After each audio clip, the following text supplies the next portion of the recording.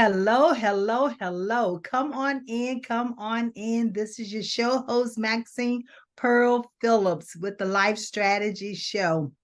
I want to share with you that life strategies, we talk about level less, and level less is success without levels. On this show, we are able to help unemployed, underemployed, those who pre and post retirees, and even those who are looking to be promoted. That's from the professional in transition. And let's not forget about our students who are high school and college level. We love being able to help you understand the direction that you're to take in life with a career path and hone in on that profession so that you choose the career that's best suited for you. You get the salary that you desire and you live the lifestyle that you deserve. So that's what Level is all about. Well, today, oh my gracious, today, I have a phenomenal guest speaker with me. And listen, get your pen and paper ready because we drop platinum nuggets. So be ready to take this information down and don't keep it to yourself. Share it with other individuals. We believe in paying it forward. So let's talk about our guest that we're having today. The guest is going to be Jimmy Davies. Jimmy, he's not only is he a proud father and a grandfather, but ladies and gentlemen, I want you to know before I bring him up that he is the founder of Every Dot Black LLC. That's Every with the dot Black LLC. And he's going to share some information with us that he has put in place for himself during these years that has helped him to be successful in what he's doing. He has weekly masterminds meetings, computer classes, podcast, TV show hosts. I mean, a plethora of things. And get this, he's commissioned to produce Dr. Joe Dudley Senior Legacy Project. Oh my goodness, I can't wait to hear more about that. And it's truly amazing. And I want you to pay attention so you can come on board and be a part of that information as well. So now let's bring up our guest for today, Jimmy Davies. Come on in, Jimmy. Come on in. Well, hello. Hello. Hello. How are you? I'm doing well. Doing well. Well, listen, today we're going to be talking about entrepreneurship. We're going to be talking about the strategies that you put in place. And I know there are several areas that we're going to be talking about when it comes to technology, when it comes to global networking, when it comes to some of the projects that you're involved in and how we can continue to move ourselves forward in this new age of technology when it comes to GPT, right? Artificial That's the intelligence, up right? and going thing. And so we Yeah. all need to be versed on that. But before we get started with those particular areas, tell me just a little bit about or help our viewing audience to understand how you even got started in this business or in this line of work or in this passion that you have.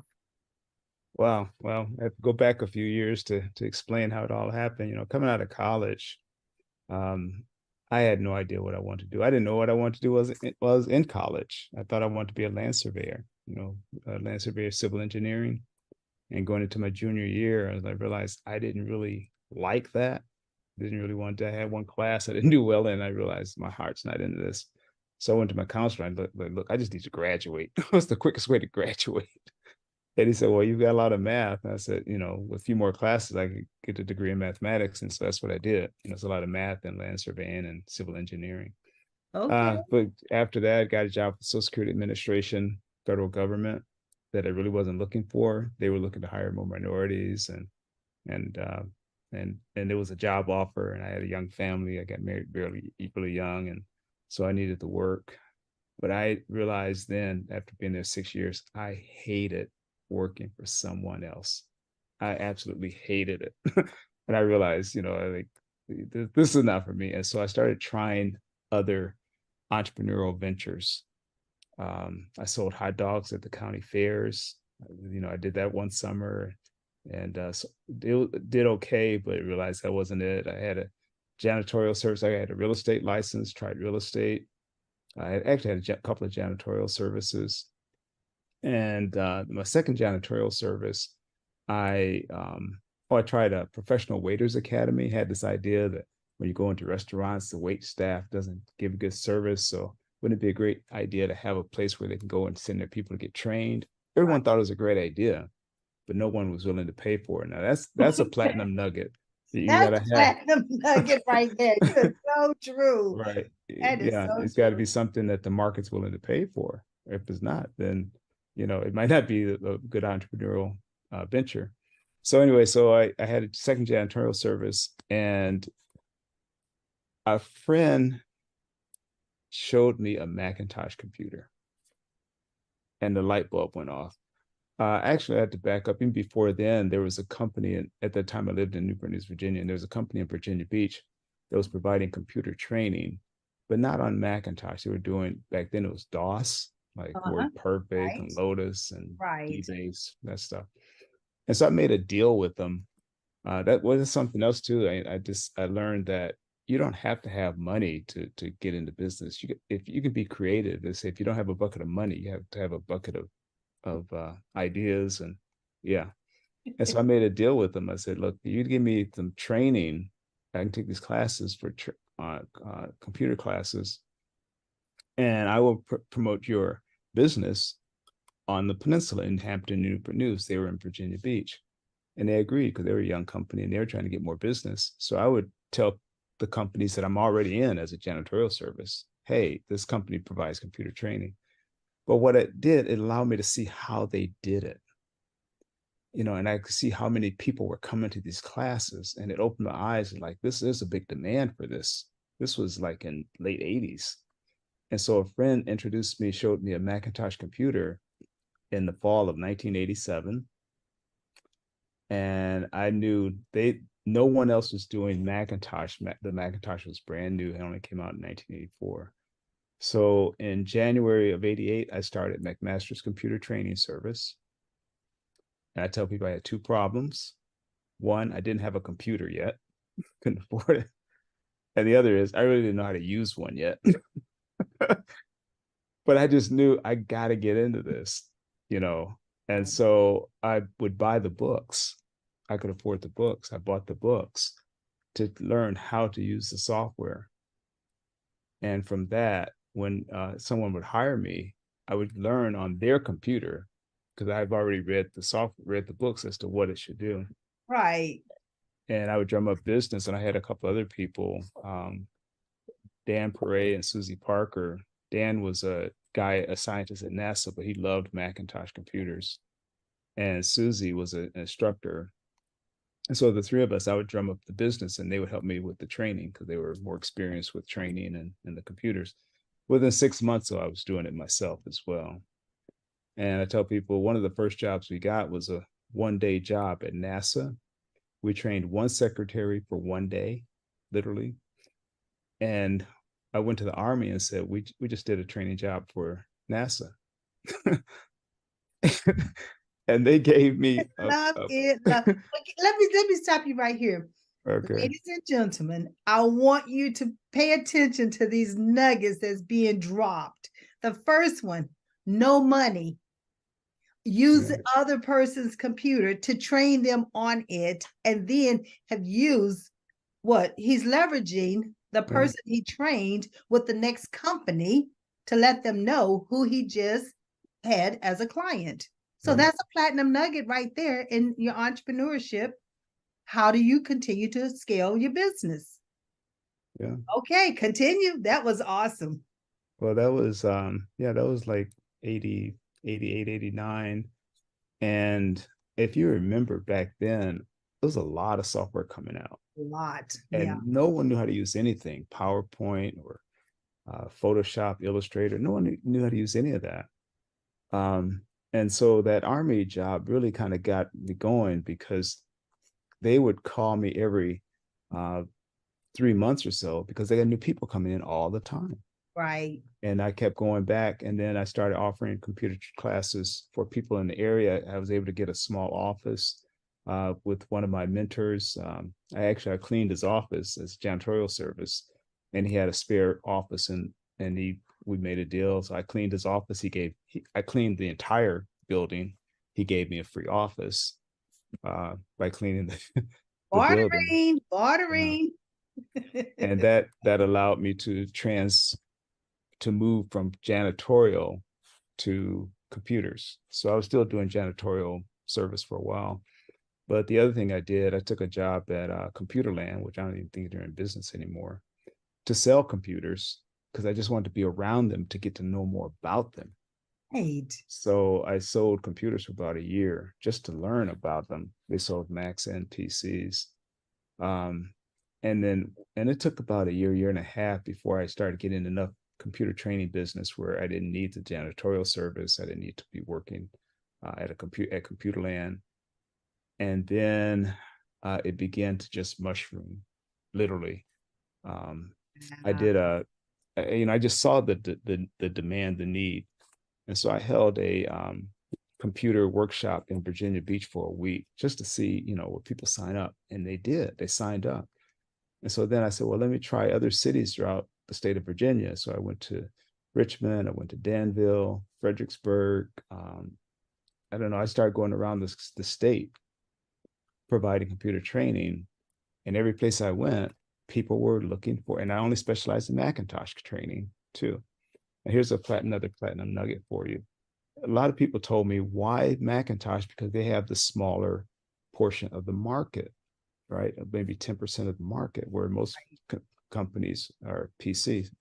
But I was the only Macintosh training service. Bingo.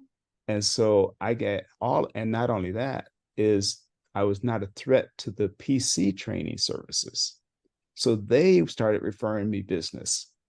The PC companies, the Compaq or the Dell at the time, whatever, when their customers say, what about Mac? They say, go see Jimmy Davies. So it just kind of grew from there, is that even though I didn't have I wasn't serving the larger segment of the market, my niche was Macintosh training. In fact, the company name was Mac Masters. That's where I got that from, Mac Masters. Okay, nice. And so we had just about all of the Mac training in the Newport News, Virginia area, Newport News, Hampton area, Tidewater, Newport News, Hampton Roads, all that area. And if there's a lot of military in that area. Right. So over the years, I trained literally every branch of the military. You name it, from Coast Guard, Army Corps of Engineers, Air Force, Marines, but started with the Army. Right. And then I did go back to NASA on a 2-year stint teaching people in NASA how to use software. So I just go one a little further, because I don't know where you got to stop me. But so then about 3 to 4 years in, I realized this is like big, so I went to the library at the time to see, well, where, because then to look in the phone books. Right. Internet wasn't big then. So look in the phone books, and there was no training services well, there were in Atlanta or DC, Philadelphia, that type, but there was no one in Raleigh, Durham, North Carolina. There was no one in Greenville. There was no one in Charleston, South Carolina, or Savannah, Georgia. So I wanted to see if I could expand in those cities. And again, not having the money to advertise on a national level, I had a car, so I sold my car to raise the money to buy the mailing labels. Well, like magazine companies will sell your name. So I went to Macworld and Mac Today. Those are Macintosh magazines. And I told them I wanted to buy all their subscribers for the state of North Carolina, state of South Carolina, state of Alabama, state of Tennessee. And they will sell them to you, because I figure if they're getting Macintosh magazines, then they need Macintosh training. That's right. So I was, again, targeting my market. And then between that, the mailing lists, the labels. I had to print the materials, and the mailing was about a little over $4,000. And so that's why I sold my car to raise the money to do this mailing. The other thing I wanted to make sure I did is I didn't want to just try one city. I would try 5 cities at a time to spread the risk, right? Because one city might bomb, and sometimes one city did bomb, but the other 2 or 3 would always carry the ones that didn't work out. Yeah. And before I knew it, I'm servicing 30 cities in 8 states. I love the word that you use, risk. Yeah. Yeah, but you knew your risk, and Yeah. you had a plan A and you had a plan B, you Yeah. know, because you had the backup. When you put it out in 5 cities, if one city bombed, you had the other 4 that could carry you. And that's exactly what happened. Yeah. And as entrepreneurs, we have to think that way. We have a plan A and we have a plan B.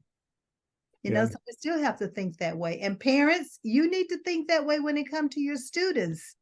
When you're preparing them for becoming adults, you need to think that way too. Yes, you do have a plan A, and some want to be sports oriented and go into the different professionals, you know, but not everyone is going to get there. So what's the plan B? And that's where Levelers comes in at. Right. We are your plan B, you know. We help you with your plan A and move you into your plan B.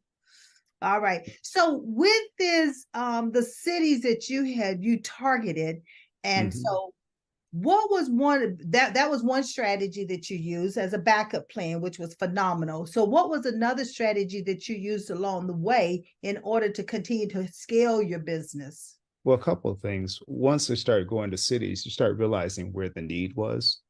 You know, for example, Charleston, South Carolina. They have an Air Force base there in North Charleston. And before I know it, I'm going to Charleston, South Carolina on a regular basis. Okay. You know, Charleston, West Virginia was just the opposite. You know, if you've ever been to Charleston, West Virginia, well, I shouldn't talk about the. Don't talk about that, because that's the county seat of West Virginia. Yeah. I'm a West Virginian. Right. Well, anyway, let's just say that the demand wasn't as high as it was in Right, Charleston. exactly. There you go. Nicely put. Yeah, but some places I ended up Macon, Georgia, turned out to be a great place. You know, I wouldn't have thought Macon, Georgia. There was a small town, because what would happen was that sometimes I'd go to these places, and then before I know it, I'm going to the corporate office to train people. I was in Macon, Georgia to do a training job, and there was some of the people from Fitzgerald, Georgia, small town, but they created Delco auto parts. And so they brought me into Fitzgerald, Georgia for a whole week just to train people on software, using software. Same thing happened in Waynesboro, Virginia. There's a big DuPont plant there in Waynesboro. And we were there for I say we, but at the time I had to hire other people to help me with the training.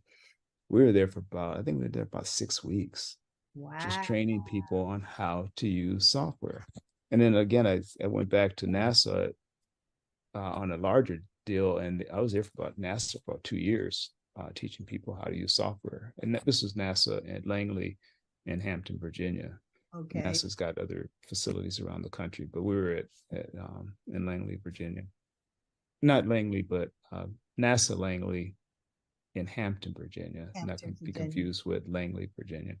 Well, I'm hearing you share all this great information with us and these platinum nuggets, is that pay attention, be intentional, don't self-eliminate. So when you think a town is not going to be productive, all it takes is that one someone to see what you offer, and they can take you to different other places, and that still exists today. So don't ever exclude anyone, and especially don't ever exclude yourself from the possibilities. Yeah, you're right. And you're right, because life is funny. You never know where it's coming next. I say, but you have to take that initial step.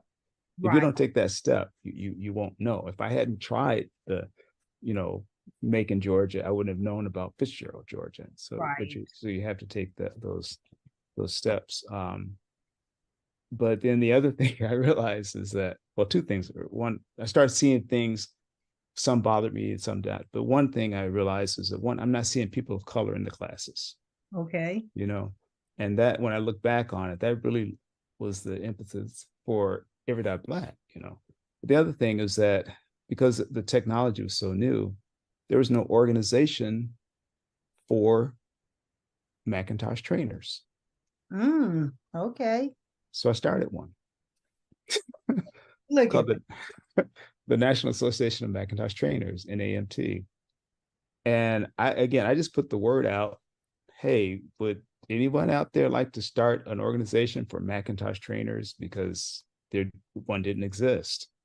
One of the things too that people thought, you know, Apple always said that their computers are easy to use. You don't need training. Well, they are easier to use, and I'm sold on Macs, but you still need training. Yeah. Um, and when I put advertised in one of the national magazines, Mac Week today, I think Mac Week was one of these publications. I don't even know if they're still around anymore. Mm-hmm.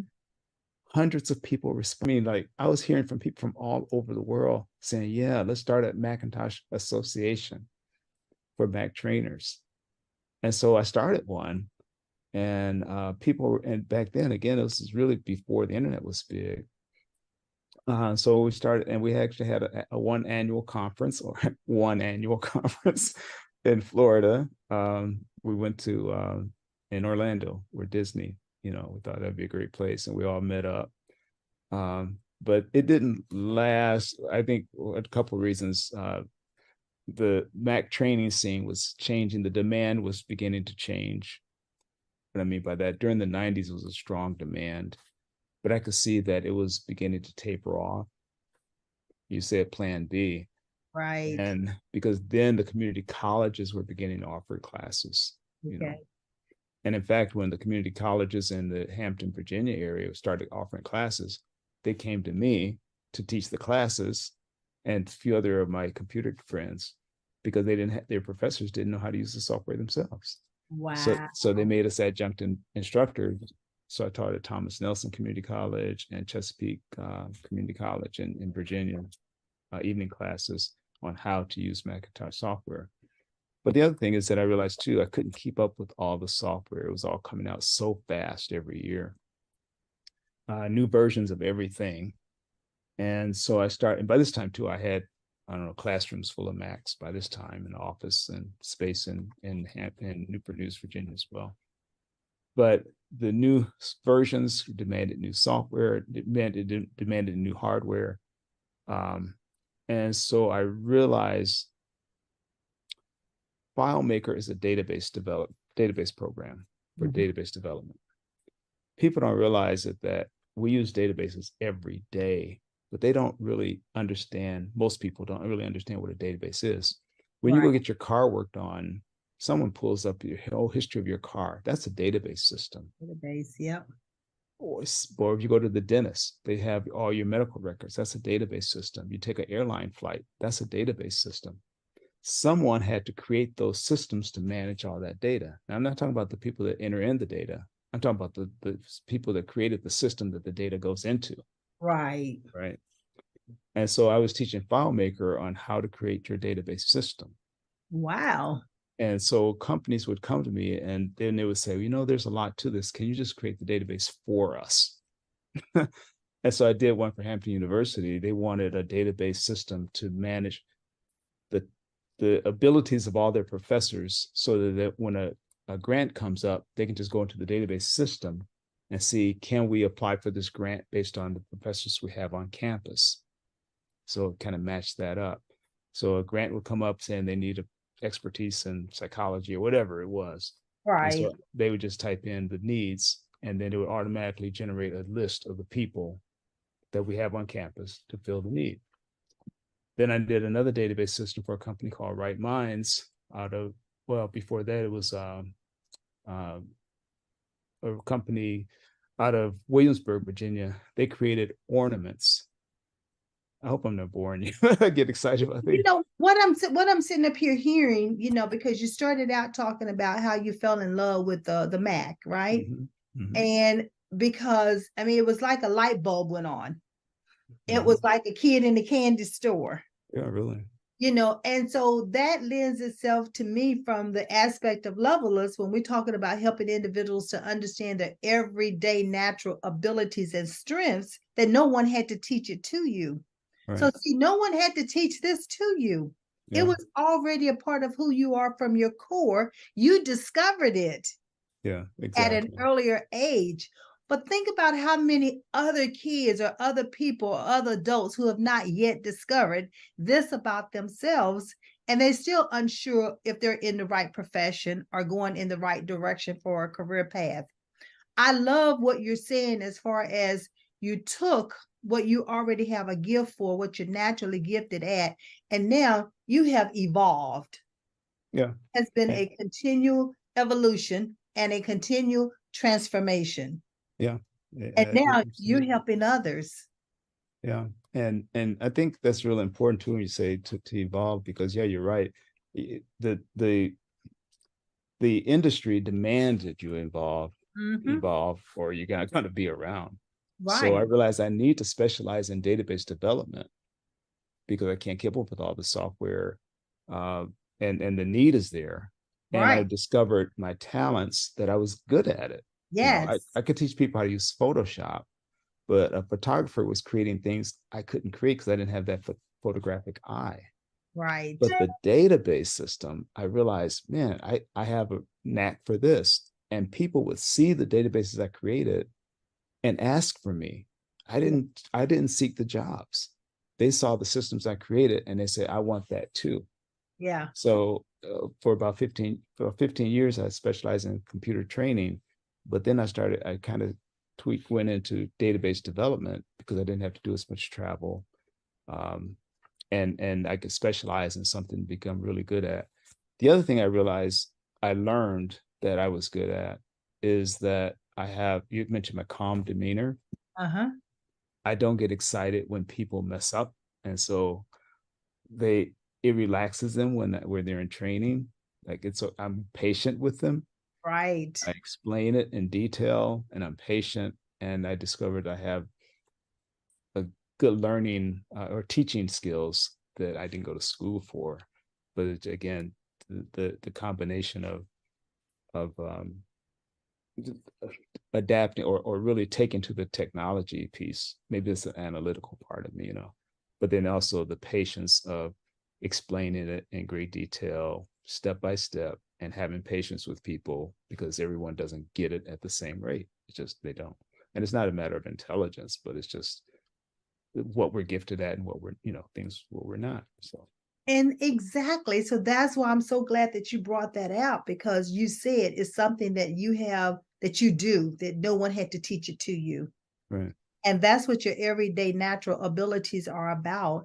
And again, I always say, imagine if we had more individuals in this world who could identify that earlier in life or discover that about themselves earlier in life, or even confirm, because sometimes we have an inkling of what we enjoy, but we're not sure if that's truly our passion.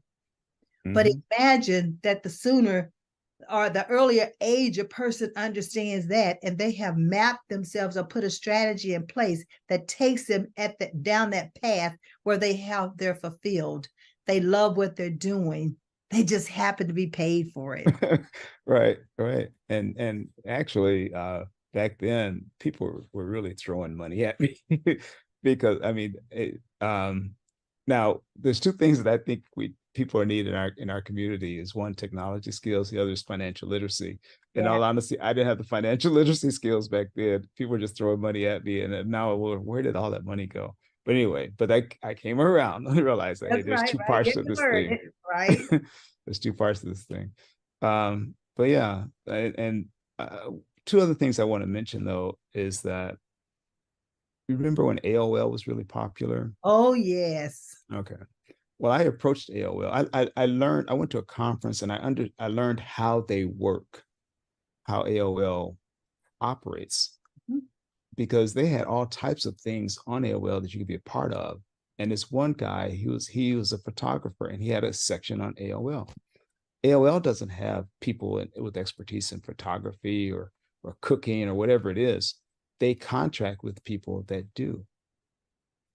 Makes sense. So that's how they would have that all this great content about things that people were interested in. Mm-hmm. So I went to AOL and I said, I would like to start an area on AOL for African Americans. And they said, no. So I went to Apple and I said, I'd like to start an area on, because Apple was starting a program called eWorld, which was a competitor of AOL. eWorld was never as big as AOL. And I said, I'd like to start an area for African Americans. And they said, yes. All So it takes is that one yes. yeah. And so I actually, they flew me out to Cupertino to Apple headquarters for 2 days of training. And I was a big Mac enthusiast anyway, but they flew me out and I created it was called the African American Information Network on eWorld. We operated for about 2 years until Apple and AOL, they shut those online services down. Internet was getting bigger. But when Right. I look back on it, eWorld, we had about 600 people a part of that eWorld that I managed. We had weekly discussions. At that time, it was chat. We weren't even like a Zoom, but it was a chat. We had weekly discussions on books or things going on in the community. I think Wednesday night was Women's Night. When I look back on it, that was really the, I guess the beta version of Every Dot Black. Yes. So Every Dot Black is not an overnight thing. It's something I've been thinking about and working on for 30 years. That's why I asked if you read that article that I sent you. Is something I wrote 30 years ago. Well, I'm definitely going to go back and read it. That's for It sure. describes the power. I realized the power of the internet Yes. Yeah. and that Of we course, need to be with there. GPT is also showing you even more of the power of the internet. And Yeah. now that we're in the digital age, we thought you've got mail. Well, we couldn't wait to hear that you've got mail, Right. But now Right. look at where we are. There's like now we can put something in, it types the whole paragraph for us and tell us how to word it, and then we just go in and modify it. Who That's would have right. thought it would have gotten to this level of using technology? Right. You're right. Wow, so that's So good. So you have been a part of this evolution from the beginning. yeah, I have. I've been I've seen a lot of it coming, but also there's a lot of it that I didn't see coming either. Because I mean, like I said, no one knows it all, but some of it I could realize, like, man, this is going to be big, and I realized that early on from the day, like say from day one, first someone introduced me to a Macintosh computer, I realized things are going Yeah. to change, and I knew I needed to be a part of it. But wanted to share this as well is that the last database development company I was working with was a company called Hay Clinic. It's a spine surgeon in Raleigh, North Carolina. And I was here for 6 years developing his clinic's medical software so he can run his practice. Right. Mhm. And because we're automating everything, Right. getting away from paper and putting everything on the computer. Dr. Hayes said something to me one day. He says, Jimmy, says, what you're doing is your swan song. He said, this is really important. He said, you're helping to save lives with the software you're creating that we use in our medical practice. And I thought about that and I thought, this is not my swan song, Dr. Hay. This is your swan song. This is what you've always Him to dreamed bring of. his vision to reality. And I realized I've been always helping other companies bring their vision into what they want to do. And so that's when I started thinking about, I need to find out what do I want to do with all my technology skills. And I told Dr. Hay, I said, I need to leave. I stayed on an extra year. He didn't want me to go. He's an extra year to train someone to take my place, a young guy to take my place. And then I left. And then I started trying to figure out what do I want to do? That was in 2015. What do I want to do with the technology I've learned? I know our people we don't even know what we don't know. Exactly. I'm seeing all of this every day, and I'm realizing our community doesn't even know it exists, let alone how to use it. Yeah. And that fall, 2015, I was introduced to Joe Dudley. Wow. And that's when I started attending the mastermind meetings. And that's when I started to realize the power of entrepreneurship and that we need to think about, as he says, we're out of slavery, we have our civil rights, but we're not the entrepreneurs. We're always working for someone else. Right. And that's when the light bulb, like technology, computer skills, entrepreneurship. I've been an entrepreneur And that's in January of 2018 is when we officially launched Every Dot Black. But I Wow. attended those meetings for a couple of years at Mr. Dudley's house every week. I traveled from Durham to Kernersville every week, sometimes twice a week, got to know him well, to the point where he trusts me now to document his legacy. And not only trust So, you, but you are commissioned yeah, yeah, and the producer. yeah. And With so we've created a documentation. lot of we're preserving his content. Basically, he's been saving his content and telling his story.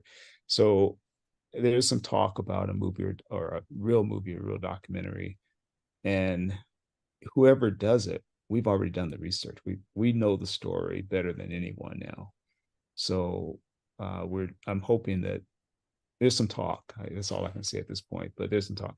I'm hoping that someone steps up to actually make a real movie, and we we we can tell the story. So I say we, myself, my team, Kim, my sister Kim, Right. Michelle Taylor, Nellie Lee. Those are the four of us. But there's also another dozen that have chipped in, but the four of us have really been the core of creating this content.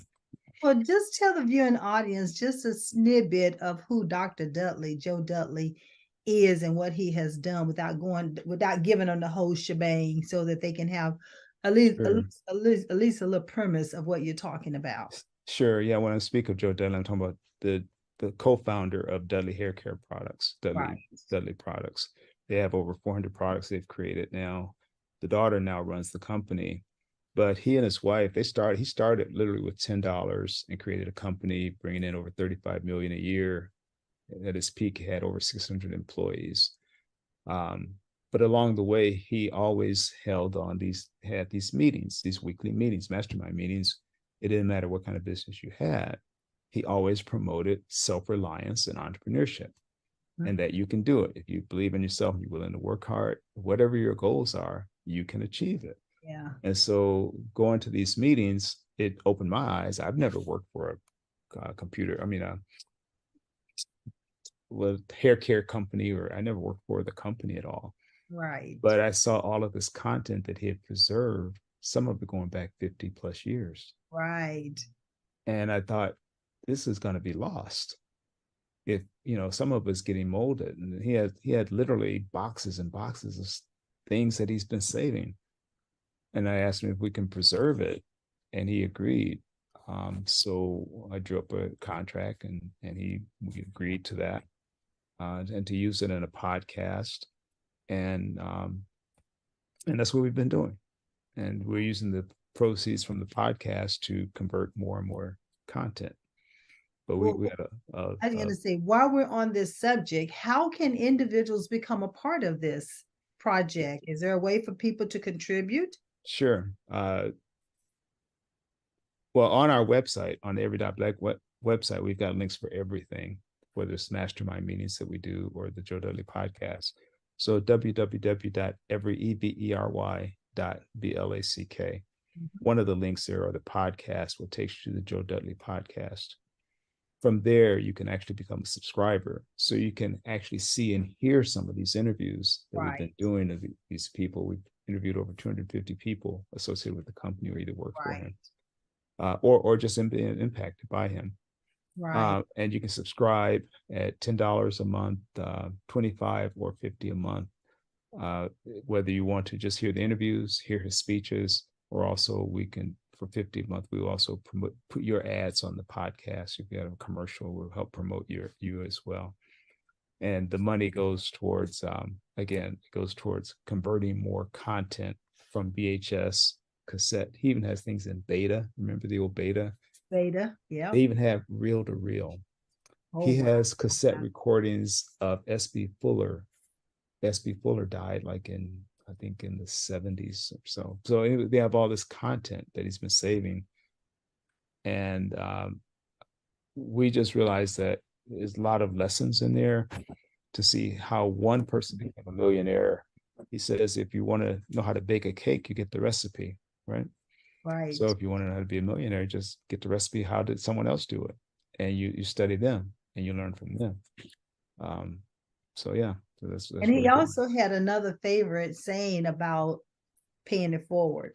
What Hmm. was his philosophy on that? Because I think Well, that's a great life strategy. yeah, several of his people that worked with him, they wanted to just give him money, give him cars, give him things, but he just always told them, "Says the greatest gift you can give me is to pay it forward," and that's actually what he did. His mentor was a man by the name of S.B. Fuller, who had a company in Chicago. Now, S.B. Fuller also only had 18 months of formal education, but he was self-taught. He also believes in reading. Mr. Dudley says, "Readers are rulers." And so in these meetings, they would read, which is why we read in our meetings. Right. But now we actually take the light version because Mr. Dudley have you reading for an hour before you even start the meeting. Yeah. And we engage in conversation. So yeah. Right, right. But he got that from S.B. Fuller, and every now and then, Mr. Dudley will do a 6 hour read. He'll take a day and we'll just read, and I've done it with him. Like for one day, we'll just okay for this day. All we're gonna do is just read. Pick a Wow. book and just read. And that's powerful in itself because many times if we're not careful as entrepreneurs, we will not have that me time. And Mm-hmm. that me time can also serve as a space for self-development, and so we have to make sure that we constantly feeding ourselves and not just pouring out to others, but we have to be replenished. Yeah. That's a way of replenishing ourselves, not only through reading, but also through engaging in the mastermind group that you're talking about. Well, they say, yeah, you're not going to change, or you will change based on the people you meet, who you associate with, and the books you read. Mm-hmm. So if you're reading and engaging with people, like-minded people, instead of the people you engage with, because you don't want to be with the wrong crowd. Exactly. Make Let's it say positive. if you want to, you know, fly with the eagles, you can't hang out with the turkeys. So Right. one of those things. Because they might not even leave the ground and you ready to say Exactly. flight them and soar, we're ready to Right. soar. So Right. having given us all of this great information, Every Dot Black, give us a little bit about your vision and your mission for Every Dot Black. Well, I just realized, that people of African descent. At first I used to say African Americans, but I realized it's people of African descent all over the world. If you think about it, um, there's an economic gap, income gap, and I believe that in order to close that gap, we have to embrace technology. Mm-hmm. It levels the playing field, and we have to think globally, global networking. Right. So I envision Every Dot Black. I feel like God, how can made I don't I feel like God created, put in me the exact what is exactly needed to take that next step forward on a global level. I'm not trying to boast, but it's just like I feel like that's my mission. I don't know of anyone else that has 30 plus years of experience with technology. And I say I'm old enough to remember the civil rights movement, but young enough to get engaged in this technology. Um, I lived in Africa for a while, so I've been there, and I just remember that. So I'm just thinking that with the use of technology, we can teach people around the world how to use it Right. and promote entrepreneurship. The same lessons that S.B. Fuller and Joe Dudley preached, but they didn't have the opportunity to do it on Zoom and reach people around the world. They met in a room for 40 years. We're meeting on a global stage, since the 28, well, actually, since COVID, Right. because at first we're meeting in a room, but then when COVID happened, we went virtual like everyone else. And now we're literally bringing in people from the Caribbean. We're bringing in people from Africa. We're Right. bringing in people from Europe, from South America, so we actually had an official group now, Every Dot Black Caribbean, that's been up and running for a year and a half, and we had Every Dot Black Africa, who we got to restart. Our leader in Africa, she had some health issues, and so she wasn't able to continue, but we're going to be restarting Every Dot Black Africa as well. So I envision Every Dot Black as teaching people around the world how to use technology to help them with their businesses, and then also networking, because what's happening is that by coming on Zoom on a regular basis, on a weekly basis, I see our members are bonding with each other and Yes. partnering with each other. Just last night, one of our members in the Caribbean in St. Lucia was telling us about a thunderstorm that came through and wiped out his crop. He's a farmer. Yes. Yes.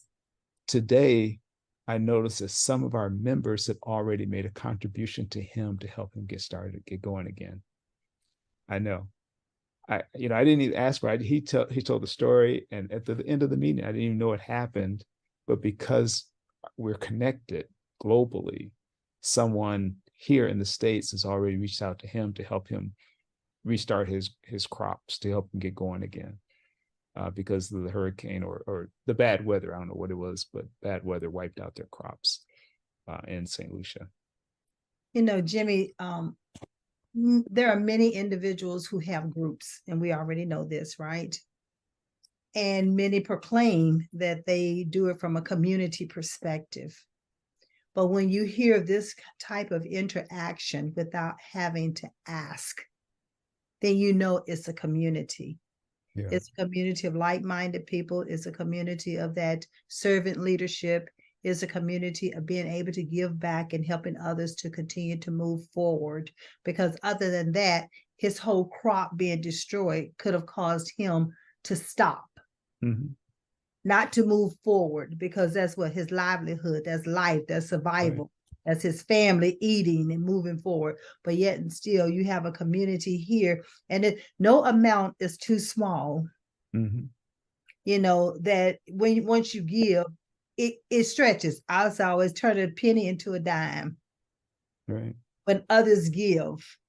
And so I admire that about Every Dot Black. And when I became a member, I see it often.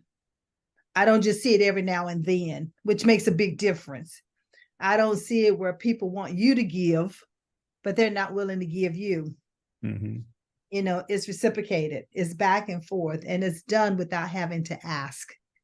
People see the need and they step forward and do it. Yeah, and that is very rewarding. Like when I see that happen, when I see the bonds being made, the connections being made, especially when it's across the water, there's been a number of instances where our members are partnering up on different things to do different things. Some of our members put together they did a great job putting together a health fair. Yes. Earlier this year. And now some of our members are putting together. Tell us about this new initiative that's getting ready to happen this fall. Sure. There's a couple of them. One, some of our members are putting together a financial opportunities and literacy summit. So our members are coming together to do that. And I purposely have tried to kind of let them do it. So our members are putting it together. And in the process, I'm sure they probably realize they're getting to know one another. They're building that relationship. Whatever happens with the summit, they're developing relationships. Yes. The other thing is that we're working on a technology summit for November, because that's my passion. So I said we can't do a health and a financial literacy without, we got to put technology in there too. Right. And so we're doing a technology summit where I want to really highlight things like Apple Vision that has just been announced, that people don't even know it exists. Powerful. Oh my gracious. Yeah. Oh, that video is just out of this world. Yeah. And it was science fiction a few years ago. Now it's reality. Oh my goodness. Yeah. For people that may not know what I'm talking about, if you go on YouTube and look up the Apple Vision, Apple just made an announcement of their virtual, it's really not virtual reality, but augmented reality headset. Right. Facebook really kind of led the way a few years ago when they came out with the Oculus with virtual reality and the metaverse. And I think that's going to be big, but also Apple just upped the ante with Apple Vision. Apple Vision. And not only that, Jimmy, what it does, it helps individuals, whether young, medium, or senior, to look at the world through a different lens. Mm-hmm. It's totally through a different lens. Yeah. I mean, I wear eyeglasses, so their prescriptions based on my need, right? But this augmentation that we're looking at with Apple Vision is like It's unreal. It's Yeah. absolutely unreal. And it's so exciting to see all the things that you can do with it and all the futuristic things that's getting ready to happen because of it. Right. Now, the other side of that, though, they predict that because of Chat GPT and artificial intelligence, that about 300 million jobs are about to be affected I can worldwide. see that.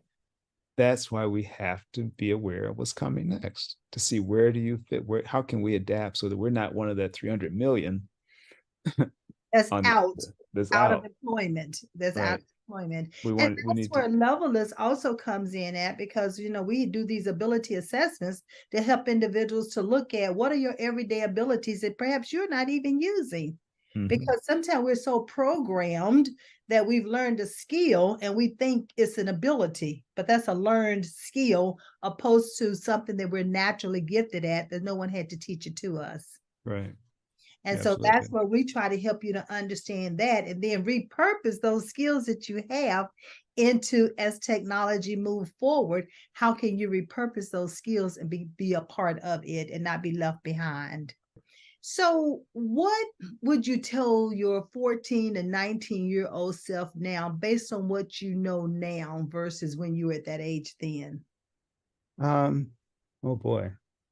Couple of things I think. One, like I said, early on, I really didn't know what I wanted to do. I had no idea. I really wasn't even thinking about it too much until I got into the working world and realized I got to do something to make a living. Right. So I think just exposing yourself to as many things, being active in school or active in activities, kind of you want to get exposed to things, uh, just to give you ideas. You want to, when in school, I didn't really participate in much of anything until college. In college, I blossomed in college. Before then, I didn't know. The other thing I think also is going back to financial literacy. Uh, I think the only thing when I look back on it, the only thing I learned about financial literacy is like how to write a check. That was it. You Okay. know, I didn't understand the power of compounding interest or saving. So when I said that when I had the computer training, made a lot of money, but I didn't have the financial knowledge, literacy knowledge to know how to manage it. It Mhm. because people were just literally throwing money at me. Right. Um, so I think those are the things is that you want to get exposed to as much as you can when you're early on. Just be active in things. There's all kinds of activities for youth. So you want to get exposed and start thinking about what you like, what you don't like to do. Think about what kind of career you want to at least try. Uh, and then when you if you can decide that, or even if you want to investigate that, find someone that does it. If you want to be a dentist, then ask a dentist, tell me what it's like to be a dentist. What do I need to do to become a dentist? Whatever it is that you wanted. I just said dentist out of random because I just went to the dentist. But the bottom line is, just ask someone to tell you about what they do. Try to, and then the other thing is that um, develop a habit of saving. You know, uh, and again, you have to just self-educate yourself if necessary. If that's Right. the if Right. necessary, you got to reach out to people. There's lots of people out there, no matter what it is you want to do. There's a lot of people that are willing to help, but you got to reach out to folks. Yeah.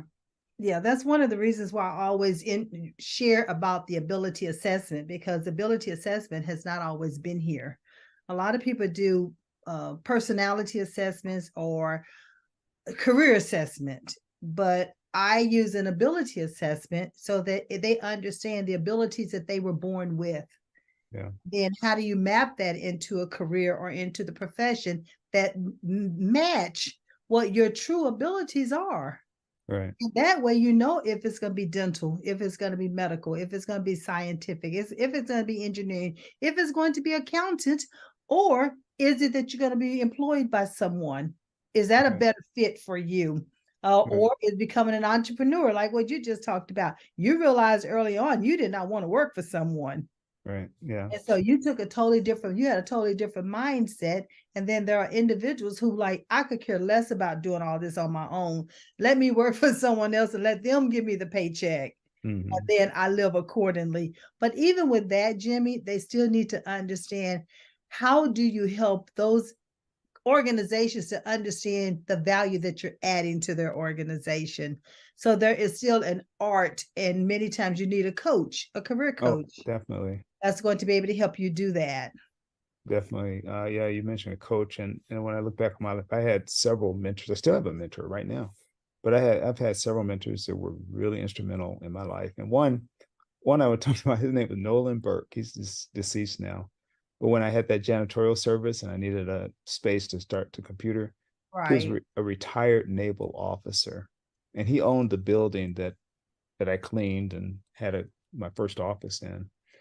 A white guy, a retired naval officer, and his office was one end of the building, mine was on the other.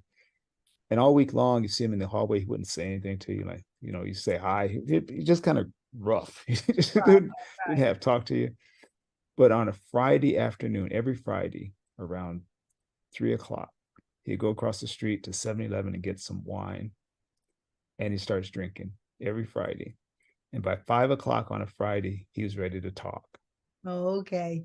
And so every Friday evening, we would talk sometimes for hours. And he would tell me about all the things he had seen that I did right that week, and the things that he saw that I was doing wrong that week. And he gave me a lot of great advice. But it wasn't until and all week long, you don't think he's even noticing, but he Right. is. Another guy, his name was Henry Malcolm, and he's deceased now too. But Henry was a good friend. Uh, but he was someone that I could go to. He was older. He's also retired Navy. But he was someone I can go to for any personal things, life issues. Right. We just became friends. I helped him after he retired. He wanted to get into janitorial business. I helped him get into the janitorial business. But then he also was just a good someone I could just go to about anything. Anything. You know, and then the Oh, one I do have to mention, I mentioned Joe Doug, but also need to mention Lafayette Jones, who mentors me today.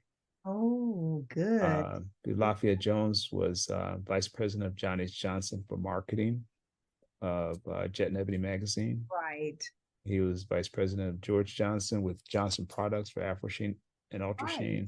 Right. He was Orville Redenbacher popcorn. So he's done a lot of national marketing campaigns for 40 plus years, he and his wife.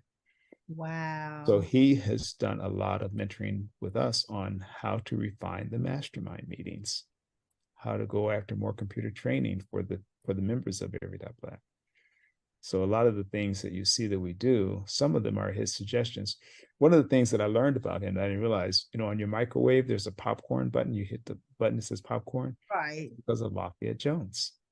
They were trying to sell more Orville Redenbacher popcorn. So they went to the manufacturers to say, we need a button on your microwave that says popcorn.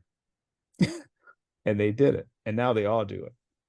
But that was because of a suggestion from a Black man on national marketing. And he said when they first tried microwave popcorn, they couldn't get it right, or a Redenbacher, and the bags were catching on fire, Right. and they actually burned down a few homes. He said the Oh, microwave would catch on fire, the curtain would catch on fire, for no, the house is on fire, mm, and they were going to abandon microwave popcorn. But he told them, says, no, we've got to figure this out. This is the future, and of I course, mean, yeah, of course they did. So yeah. yeah, I mean, that's what came to my mind was the timing of it. How many seconds did they put on it? How many minutes did they put on it? What are the Well, ingredients and how many ingredients? What is the bag content? exactly. The bags, whatever the bags they were using. If you notice now they say this side up, So, Yes, yeah, you want to make sure you got the right side up, otherwise the whole thing might catch fire. So yeah. exactly, exactly. Oh my gracious. And that is a known Black history fact. Yeah. That is awesome. Yeah. So, this has been an awesome conversation, Jimmy. I knew a lot about you, but I've learned even more today. And again, the fact that it was that aha moment in your life that you realized that you had solutions for situations or concerns or people needing to understand how to do better in their work or in the computer and understand how to move forward. And you were a part of the solution. Yeah, thank you. And when I look back on it, like say, I don't know, some of it was planned, but some of it was, I think, ordained You made to use the word ordained. We was getting yeah, ready to say it at the same time. yeah, because Yeah. yeah, and even some of the things that I had the opportunity to do have, I can see how it's all led to the development of what we're doing today. The pieces from the past all contribute to what we're doing today, whether it's the African American Information Network on eWorld or creating the organization for Mac trainers, that just managing an organization, the computer technology training, all of that, has led to what we're doing today. And I think I know it's about to get much even larger. Yeah. We've got some projects in the works that we're not at liberty to say it, but Right. it's about to get really big. And not only that, because we have what is called that servant heart, and we don't mind sharing and helping others move forward. There are enough people in this world for everyone to have a piece of the pie. Absolutely. You Yeah. don't have to worry about trying to keep it all to yourself, because once you're no longer here, it goes with you. That's right. That's right. I'm a firm believer. I tell everybody, I want to leave this world empty. I want to leave this I feel the same way. empty. I feel the same way. And so like I feel like I'm not done yet. Yes. I'm just not done yet. Yes. And my tagline is transforming generations and leaving legacies. Yeah, perfect. All Yeah. it takes is to touch that one person, and they take it back to their siblings, to their families, and the light switch goes on, and people start having a change in mindset and believing in themselves, and it helps them to then continue to start moving forward. And when you say that believing in yourselves, and something that our parents, I have a sister, Kim, and it's just the two of us, but our parents always told us that we can achieve anything if we're willing to work hard at it. And, and once we make that decision, and I believe them, and the other thing they really stress is they say, get an education, because an education is something no one can ever take from you. Never can take it away from you. And so neither one of them had the opportunity to go to college. My father didn't even finish high school. Never got a chance to go to high school. But those lessons, it starts with those lessons our parents instilled in us, is that get an education and you can achieve anything if you're willing to work at it. So if you want it bad enough. Oh man, listen, we can go on and on and on, but I think the producer might say, Maxine, you're over time. Yeah, we probably are. But you know what that means? You're going to have to come back. So I need to invite you back so we can have a part 2. Because you're doing great things. And like you said, you're not at liberty to reveal any of that just yet. But when you are, come back and share with our audience. We're in 200 countries. You are global and international. We're on Pod TV. We're on Roku. We're on Amazon. So you have an audience. And listen, ladies and gentlemen, Jimmy is also a TV and podcast producer himself. So what we're going to do is make sure that we put this information out there so you have a way of getting in contact with Jimmy. As you see, he has it on his screen, Jimmy at every.black, so you know how to reach him. And don't be strangers. Go on, reach out to him. Become a part of every.black. I guarantee you're going to enjoy it and you are going to learn. So as I close out today, Jimmy, thanks again for being here, for being my special guest, for dropping all these platinum nuggets. And I leave with my viewing audience saying, I believe in you. I trust you believe in yourself.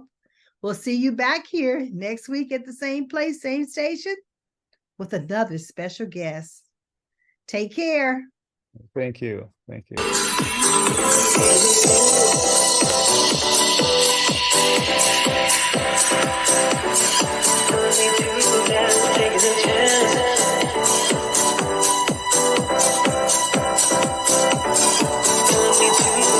Taking a chance.